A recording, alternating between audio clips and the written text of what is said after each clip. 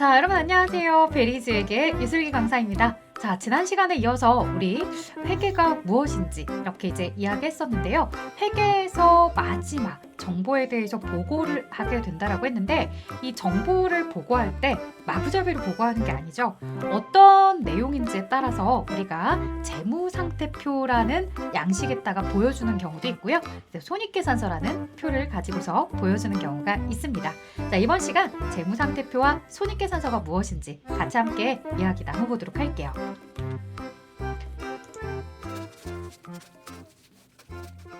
자, 재무상태표다라고 하면은 보통 이제 여러분들이 생각하는 자산, 부채, 자본이라는 걸 나타내주는 표예요. 자산이 뭔지, 부채가 뭔지, 자본이 뭔지 궁금해요. 라고 생각할 수 있는데, 저는 자산은 내 거다. 부채는 네 거다. 그 다음에 자본이 찐 내 거다. 이렇게 배우기도 했었거든요. 자, 자산 내 거, 부채 네 거, 자본 찐 내 거? 이거 너무 좀 난해하다. 조금 더 명확하게 이야기해 봐 주세요. 라고 할 수 있는데요. 자, 여러분들이 예를 들어서 내 집 마련을 합니다. 여러분들, 내 집 마련 쉽지 않다고 해요. 뭐 집값이 떨어졌다 혹은 올랐다. 여전히 떨어졌다고 해도 조바심만 나고 올랐다고 해도 또 내가 못 가질 것 같아서 조바심 나는데요. 자, 예를 들어서 내 집 마련의 꿈을 이루었습니다. 자, 나는 3억짜리 아파트를 하나 구매를 했습니다. 3억짜리 아파트를 구매한 걸 우리는 자산이라고 합니다. 그런데 실제로 여러분들, 이 3억짜리 아파트는요, 완전한 내 돈을 다 가지고 산 게 아니었어요. 내가 가끔 농담을 이렇게 하는데요. 우리 집에서 욕실만 내 거고, 나머진 다 은행 거야. 이렇게 농담을 하는 거죠. 다 바로 이 은행 대출 때문에 그렇습니다. 은행 대출 2억 원에 진짜 원래 찐 내 돈은 1억밖에 없었던 거죠. 자, 그래서 내 통장 잔고 1억이랑 그 다음에 은행의 대출 2억 원을 가지고서 3억짜리 집을 구매하게 되었다라고 이야기해보면 3억이 바로 자산인 거예요. 내가 가지고 있는 내 거. 그 다음 은행 네 거, 부채 2억. 그리고 원래 찐 내 돈 1억을 자본이라고 합니다. 자, 이런 식으로 표현을 해주는 게 재무상태표인데요. 이 재무상태표의 특징이 또 있어요. 뭐냐면 재무상태표 날짜를 쓸 때요. 날짜 쓸 때 일정 시점, 즉 2023년, 2023년 1월 1일이다. 이렇게 하면 요 2023년 1월 1일 그 시점을 나타내 주는 거예요. 2023년 12월 31일이다 라고 하면 2023년 12월 31일 날의 상태를 알려주는 거예요. 만약 여러분들이 2023년 1월 1일 날 진짜 내 집 마련을 했다 라고 한다면 이 시작하는 시점에 내 집에 대해서 3억이 자산이 3억이 있었다. 자, 1월 1일 날 부채가 갚을 돈 은행에 대출 2억이 있다. 그리고 원래 찐 내 돈 1억 있다. 이런 것들을 딱 그날, 그 순간을 포착해서 보여주는 거죠. 이런 일정한 시점에 재산 상태, 재무 상태를 나타내 주는 거. 우리가 그걸 바로 재무상태표다. 이렇게 하고요. 흔히들 밸런스 시트에서 약자를 따서 이렇게 BS라고 표기하기도 합니다. 자, 그래서 자산, 부채, 자본 이런 걸 구성하는 걸 재무상태표라고 한다. 자, 계속해서 자산이 뭐예요? 라고 하는데 제가 앞서 설명을 드렸던 아파트 같은 이런 건물도 자산이 될 수는 있지만 자산은 좀 더 다양해요. 현금 자산도 내 자산이고요. 보통예금 통장에 들어있는 내 돈도 자산이죠. 내가 팔려고 가지고 있는 상품, 우리 회사 명의의 토지, 땅, 그 다음 눈에 보이지 않아도요. 이런 무형자산들, 특허권 같은 거 회사의 자산이라고 할 수 있습니다. 그래서 내가 가지고 있는 재화, 물건이죠, 물건. 그리고 채권, 받을 권리, 이런 것들 모두 다 자산에 해당하는 내용이에요. 자, 물론 이것만 있는 건 아니고요. 등등등등등 더 많은 자산의 성격들이 있습니다. 자, 재무상태표에 계속해서 부채를 보도록 할까요? 부채는 내가 갚아야 될 의무. 자, 상환하다는 건 돈을 갚는다는 얘기죠. 이 돈을 갚을 의무가 있는 거. 이런 채무를 부채라고 불러요. 자, 그러면 이런 부채들에 대해서는 외상 매입금도 있고 지급 어음도 있다는 거예요.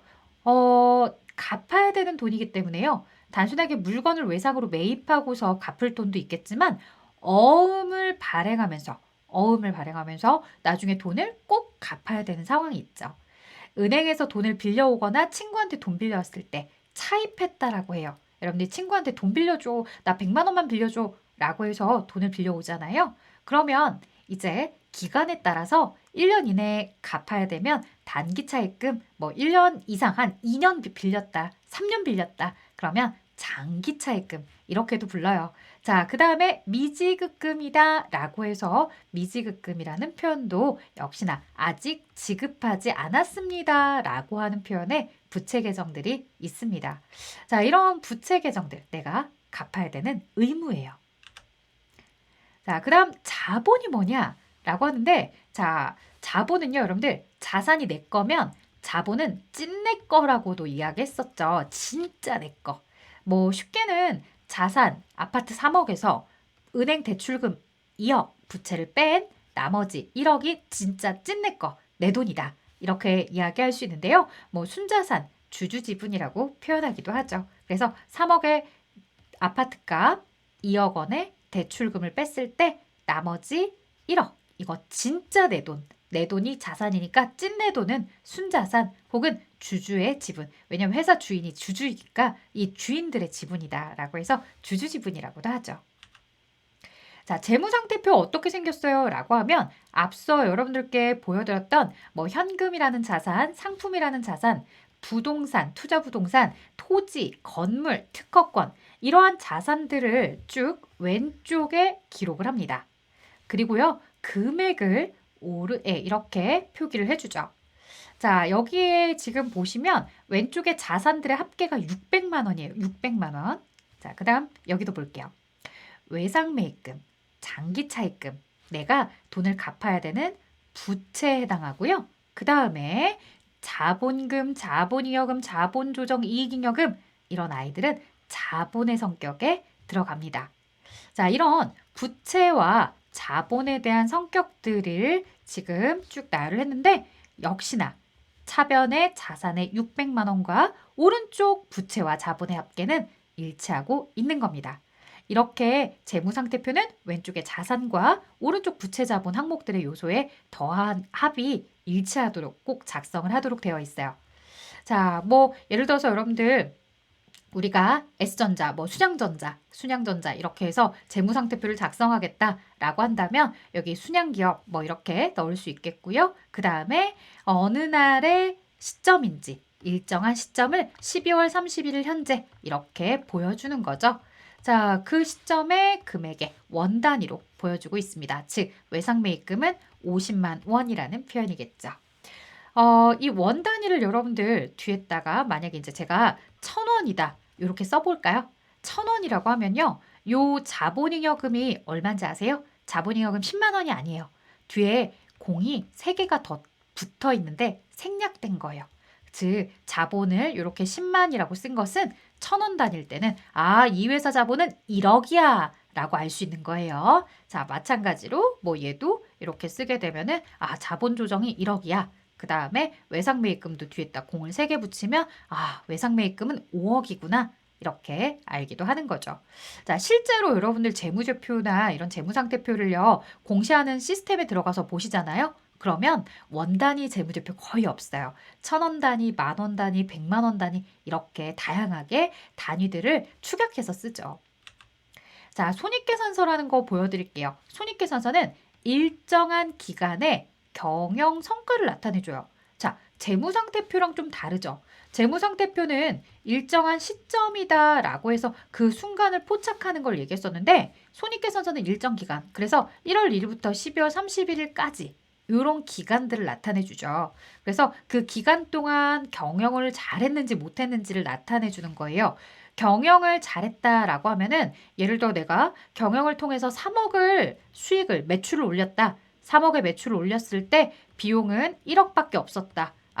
이익을 남겼구나 라고 알 수 있는 거고 경영을 잘 못한 회사들은 3억의 매출을 올렸다 라고 하더라도요 4억이나 이렇게 비용 지출이 많았다고 한다면 되려 1억의 손실이 있었다. 이렇게 표현하기도 하겠죠. 자, 어쨌든 이런 경영을 잘했는지 못했는지 성과를 나타내 주는 거. 1월 1일부터 12월 31일까지 얼마를 벌었고 얼마를 썼는지 이런 걸 보여주는 게 바로 손익계산서예요. 자, 손익계산서의 수익이다 라고 하면 쉽게 우리가 상품 매출을 통해서 얻어지는 수익도 있을 거예요. 자, 그런데 상품 매출을 통한 수익만 있는 게 아니라 이자를 통해서 얻는 것도 있을 거예요. 즉, 내가 주택의 영업활동은 음식을 만들어서 판매하는 회사인데 음식이라는 상품 매출 이외에도 뭐가 있더라는 거예요. 친구한테 돈 빌려주고 이자 받는 것도 있대요. 그 다음에 내가 건물이 있어서 월세 받고서 월세를 받는 경우들도 있더라는 거죠. 자, 이런 것들 모두 다 우리의 경영의 성과로서 자본의 증가, 즉 찐 내 돈이 증가하는 원인, 이런 걸 수익이라고 하죠. 자, 반면 비용은 내가 쓰는 거죠. 자본이 감소해요. 찐 내 돈이 줄어들어요. 자, 직원들한테 월급 주면 회사 입장에서는 돈이 지출되는 거예요. 여러분들의 입장에서 생각하시면 안 돼요. 아, 내가 직원이니까 급여는 나한테 플러스야. 물론 여러분들 입장에서. 하지만 회사는 그게 아니죠. 회사는 내가 급여를 줬다라고 하는 것은 직원들에게 노동 비용을 댄 거나 다름이 없어요. 자, 그 다음에 직원들에게 회식할 때 밥 사주고 생일 선물 주는 거, 직원들의 복지를 위해서 쓰는 돈은 복리후생비라고 불러요. 그 다음에 내가 월세를 내야 돼요. 회사에 월세를 내지 않는 회사들 물론 있죠. 근데 보통의 회사들은 건물을 빌리고서 쓰는 회사들도 많기 때문에 임차료라고 해요. 그리고 건물을 빌렸을 때만 임차료 아니죠.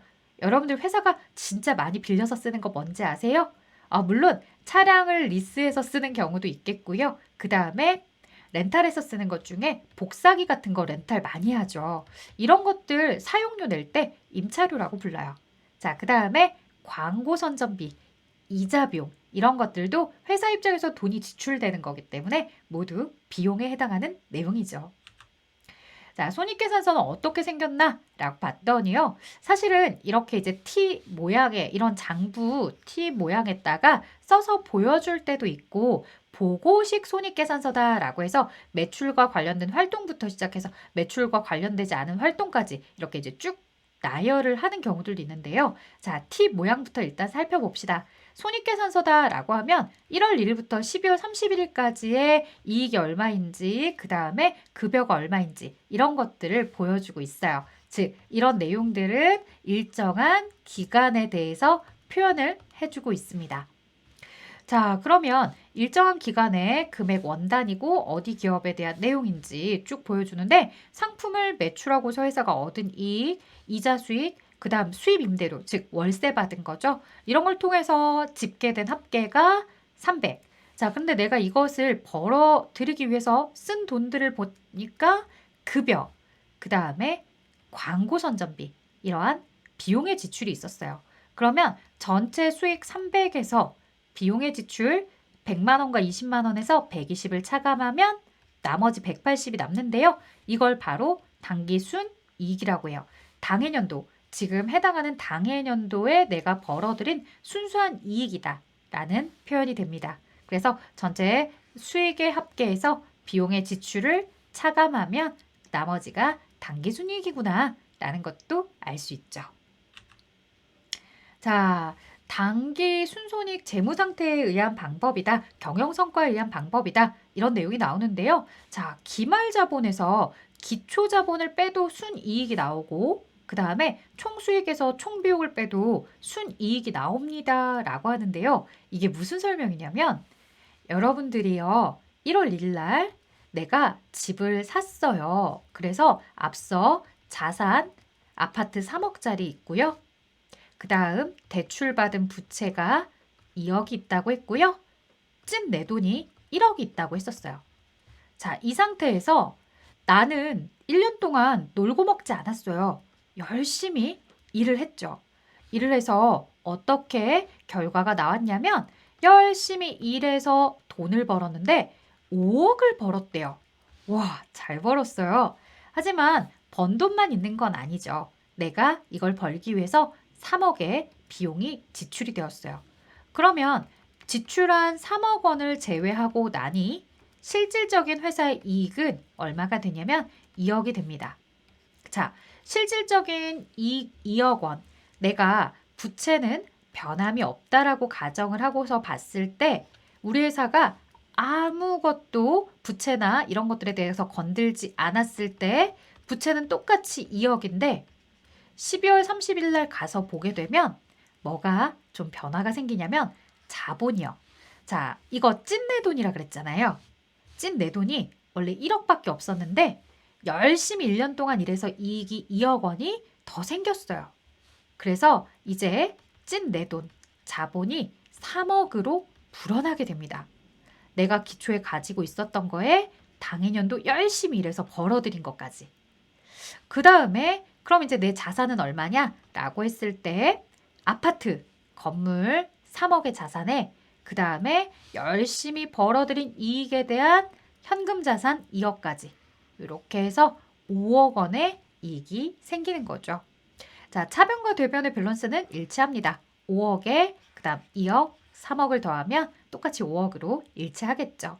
자, 이처럼 12월 31일 끝나는 날짜를 기말이라고 하고요. 기말의 찐 내 돈이 얼마더라? 3억이더라. 1월 1일 시작할 때 찐 내 돈이 얼마였다? 원래 1억 가지고 시작했다. 어떻게 늘어났어? 2억이 늘어났어. 이익이 늘어난 건 바로 여기 아래 이 수익에서 비용을 차감한 단기 순이익이랑 같은 금액인 거죠. 자, 이처럼 재무상태표와 손익계산서는요, 분리돼서 작성하긴 하지만 완벽하게 분리된 거 아니고요. 서로 영향을 줍니다. 그래서 1월 1일에 자본의 상태에도 뭐가 있을 수 있다? 변화가 있을 수 있다. 이렇게 손익계산서에 이익이 발생한 만큼 자본이 증가하게 될 거다.